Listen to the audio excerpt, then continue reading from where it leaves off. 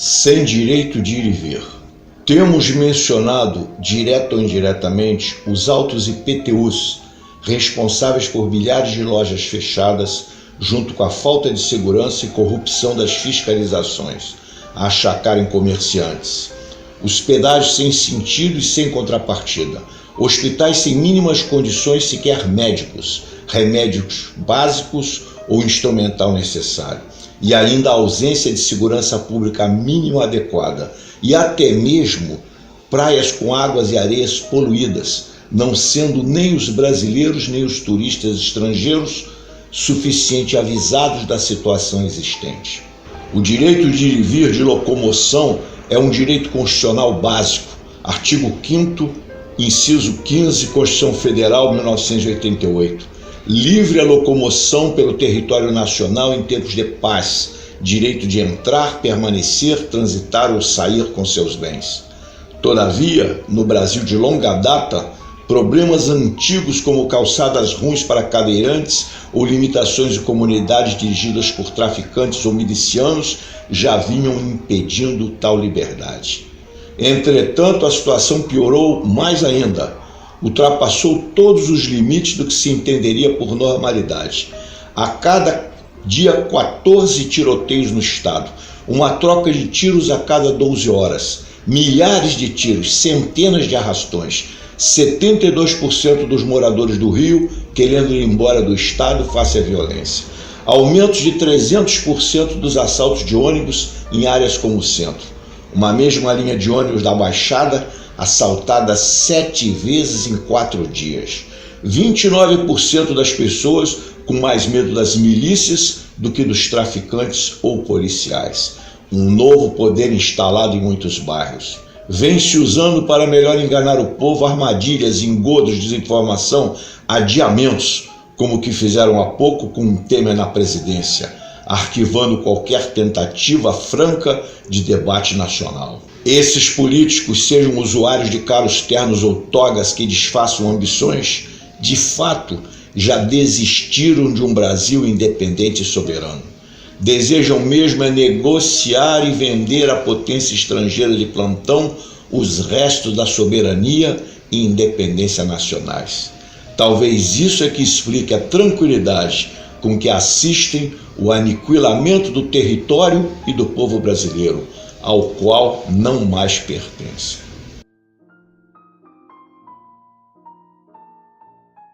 Estamos mais uma vez aqui no nosso Fatos em Destaque, já agora no número 16. Bom, o fato em destaque que eu trago hoje aqui para a gente pensar, refletir, é a recente Copa América que foi realizada aqui no Brasil, com a final no Maracanã. E por que eu trago esse fato em destaque? Porque essa Copa América ela trouxe para a gente à tona, mais uma vez, o processo de elitização dos estádios brasileiros. Não só brasileiros, mas latino-americanos de uma maneira geral. É uma política criminosa da Conmebol, da CBF, em conluio com algumas diretorias de clubes, que estão expulsando os torcedores de camada popular dos estádios. A gente teve agora na Copa América, por exemplo, para exemplificar, ingressos custando R$ 890, ou seja, 89,17% do valor de salário mínimo. Isso não é aceitável, isso não é razoável. Isso tem que ser denunciado a todo momento, esse processo de exclusão dos torcedores trabalhadores, que são esses torcedores que são as almas dos clubes. Então, o meu fato em destaque hoje é a qualidade da água que chega em nossas torneiras. Essa água, que apesar de ser branquinha, né, e até já vem com uma certa limpeza para o consumo, ela pode conter resíduos químicos parasitas, bactérias, vírus, medicamentos, metais pesados, e você tomá-la diretamente da torneira, você está colocando a sua saúde em risco, porque você fica exposto a diversos tipos de doenças, como a cólera, a hepatite a leptospirose, entre outras. E os sintomas de que você está tomando uma água contaminada é a febre, a diarreia, a falta de apetite, dores de cabeça. E se você tem esses sintomas frequentemente, repense, veja a qualidade da água que você está tomando. Então, gente, fica aí para vocês esse fato em destaque, chamando a atenção para isso, e também não deixa de ser uma dica. Antônio de Siqueira Campos, tenente, até hoje marca de coragem, enfrentou, sob a liderança dele, o Forte de Copacabana, agregando Otávio Correia, um civil, que se juntou aos bravos 17 componentes militares do grupo, marcharam pelas areias da praia de Copacabana para enfrentar enorme quantidade de militares estruturados, governistas, e foram por eles, grande parte, massacrados. Por que lutavam esses jovens? Eles ainda não tinham noção da revolução socialista, mas eles tinham noção de uma situação atrasada e de um governo autoritário de Epitácio Pessoa. Eles enfrentaram. Antônio de Siqueira Campos é uma marca de herói e é sob o comando e a liderança dele que marca o início do movimento tenentista no Brasil, movimento de jovens oficiais, basicamente. Claro que no outro 5 de julho vamos destacar a figura do general Isidoro Dias Lopes, mas o grosso da tropa que se levantavam eram jovens tenentes. Meus amigos, o meu fato em destaque é a situação do Brasil, em especial do Rio de Janeiro. Mas não é a situação em si catastrófica, confusa, que todos conhecemos, né? Uma Babel de ideias, o deputados se agredindo no Congresso, filhos do presidente brigando com outros adeptos do presidente, correntes de direita se degladiando, até correntes religiosas se xingando. Isso aí nós já sabemos.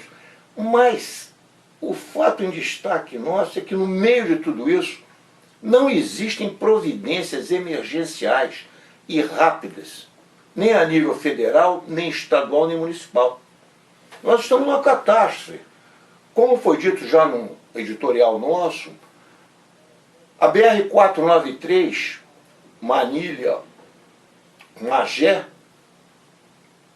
é uma estrada completamente incompleta, com obras na pista, tudo pela metade, com acidentes diários. Já tem mais de 20 mortes lá nos últimos dias. E ninguém toma providência alguma. A nossa dívida pública está chegando a 5 trilhões e 500 bilhões. E parece que todo mundo acha isso absolutamente normal e com um juro absurdo se multiplicando dia a dia. De outro lado, nós vemos no Rio de Janeiro simplesmente tudo se deteriorando. O Parque do Flamengo, ratos, árvores desaparecidas, assaltos, mendigos, uma bagunça absolutamente geral.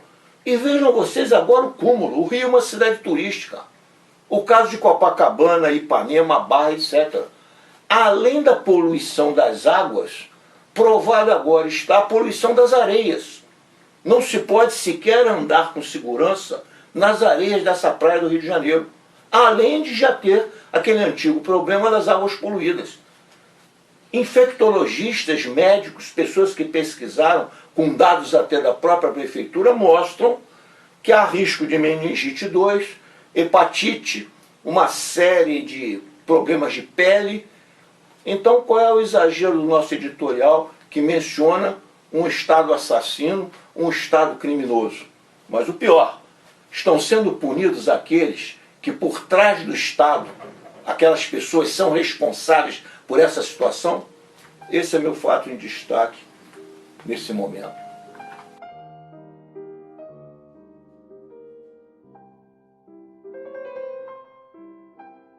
E desta vez de uma grande cantora, compositora, Dolores Duran.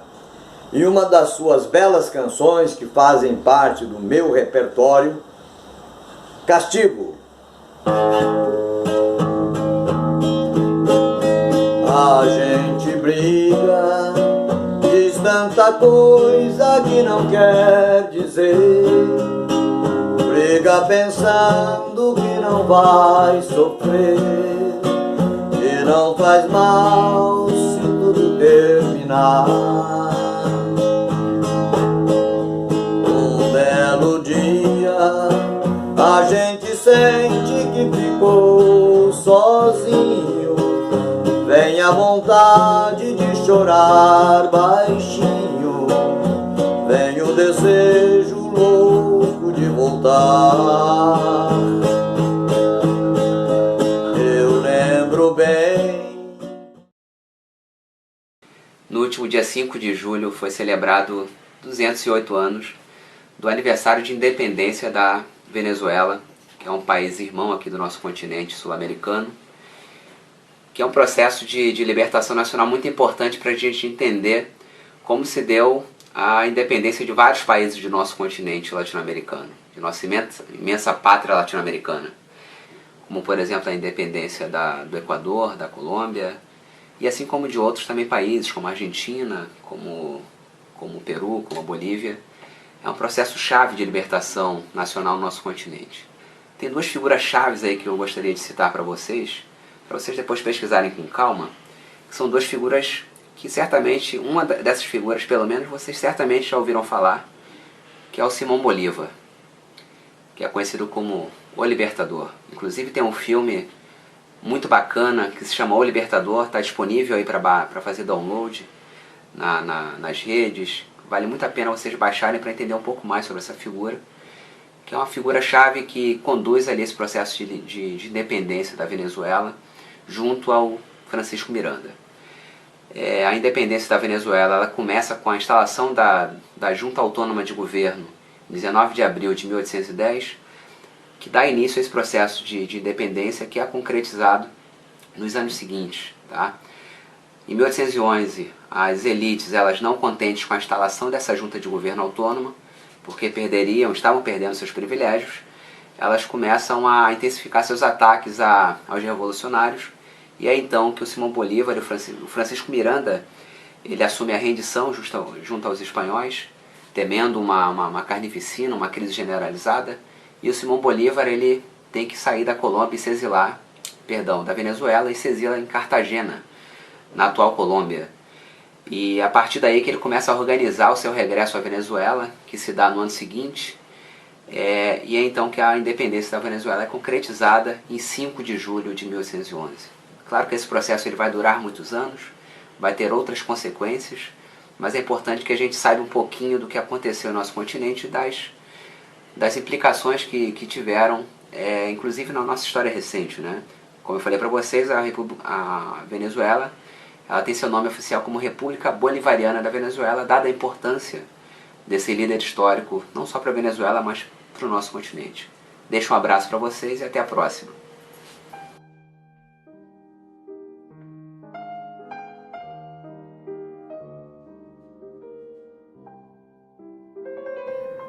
Todos sabemos que estamos sofrendo violência a todo instante. Violência política, violência doméstica, violência na educação, violência no trabalho, na saúde. A violência, ela está instalada em toda a sociedade e em todos os lugares. Mas falar de violência com viés psicológico é para dizer sobre os danos que ela vem causando nas pessoas. E quais são esses danos? São as aflições, são os medos, os pânicos, as depressões.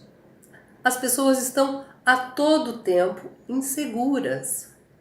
Elas estão inseguras quando tomam um ônibus, quando saem com seus carros, quando vão para a escola ou quando saem para um lazer. Teatro e cinema, na noite, eu só escuto, não saio mais, está tudo muito perigoso. E o que as pessoas do poder público ou os políticos têm feito para que esse quadro mude? Eu também tenho escutado bastante que as pessoas estão encarceradas em suas casas. Botam grades na janela, botam grades nos portões, enfim, criando um sistema de defesa. Não sei se isso é um caminho bom para se viver em sociedade. Eu deixo aqui como reflexão a importância da gente cuidar dos danos que a violência tem nos causado e deixo como reflexão o que nós estamos fazendo para que esse quadro se modifique, já que vivemos num coletivo e numa sociedade.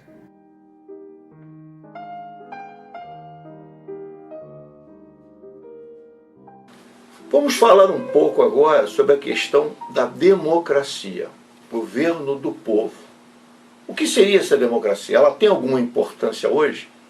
Ela tem uma importância básica. 83% numa pesquisa recente das pessoas considera a democracia importante, embora 58% não estejam contentes com a democracia de seus países. Vejamos o caso brasileiro. A nossa democracia se apoia numa legislação e naquela lei das leis que seria a Constituição, sobre a qual esperamos falar oportunamente. Ora, se nós nos apoiamos na Constituição, como surgiu essa Constituição brasileira? E aí está um dos problemas e da confusão existente do Brasil. Essa Constituição brasileira vai surgir da Constituinte de 1986. O que é a Constituinte? Uma reunião democrática em que se escolhe, se elege uma série de pessoas que irão escrever, aprovar, etc., a Constituição do país, que seria a lei das leis, aquela em que se baseiam as outras leis de menor alcance. Bom, eu sou considerado o mais velho, né? Tem até alguns artistas de rua que falam assim, esse aqui é nosso pai, né? E é o melhor que temos. Eu não me considero o melhor, nós temos dentro do trem, metrô, barca, né, grandes artistas que são melhores do que eu, né? Como eu posso dizer, Samir, posso falar do Samir, é um grande violonista, 7 cordas, né, bom cavaquinista. Posso falar também, né, do Luan, que toca com ele, trompetista. Posso falar também do Felipe, saxofonista.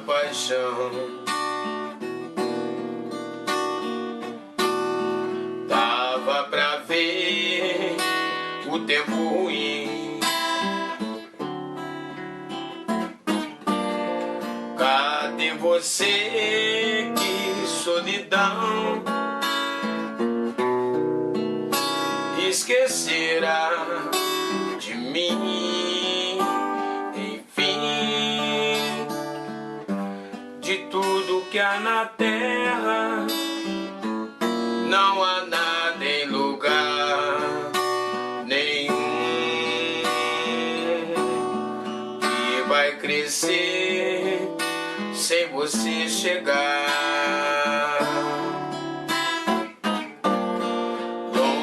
De ti tudo parou.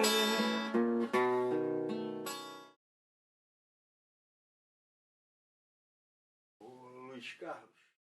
É impressionante, num mês cheio de heroísmo, não é? Nesse mês de julho, não é? Levante Forte Copacabana, segundo 5 de julho, a independência do Brasil das tropas expulsas do general Madeira. Nós temos o general Heleno que só comandou tropa de qual se vangloria Trump, tropa de ocupação no Haiti. Ora, bola, isso é nada de heroísmo que se coloca, mas eu vejo esse general de 4 estrelas se curvar a uma chamada do segundo filho do Bolsonaro, do presidente da República, ligado a esse astrólogo guardado lá nas hostes do Império Norte-Americano. Ora, general Heleno, para defender a postura de um general de 4 estrelas do Exército Brasileiro, Vossa Excelência não devia se curvar a esse pichote vereador, filho do capitão Bolsonaro, presidente da República. Enquadre ele, general, ou caia fora desse governo e mantenha a sua dignidade. Ele está sugerindo que o senhor deva ter levado alguns quilos de cocaína para o exterior. Isso é compostura que se acha? Demonstra a sua tão falada defesa de si mesmo e do exército da farda que usou.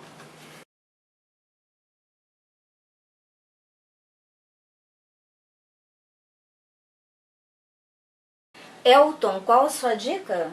Celeste, a minha dica de hoje é um passeio pelo centro do Rio, num lugar que às vezes a gente passa por ali por perto, mas não dá a devida atenção, que é a região da Pequena África.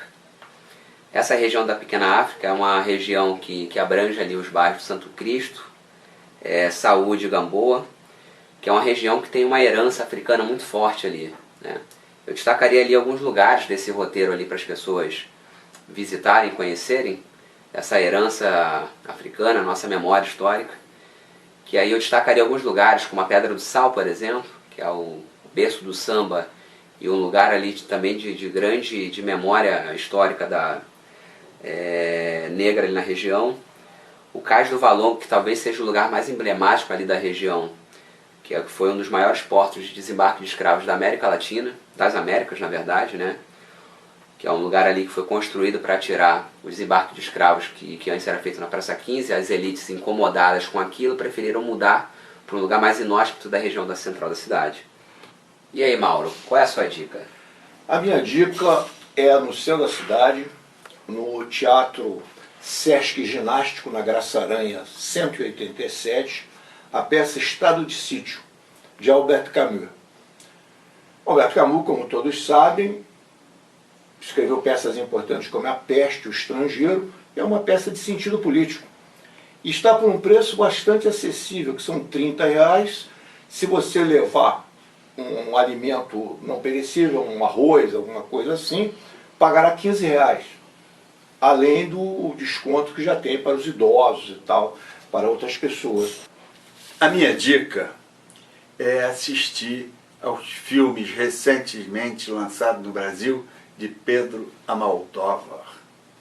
Um é a crítica ao fascismo na Espanha, de Franco, as violências, as torturas que aconteceram na Espanha submetida à ditadura franquista.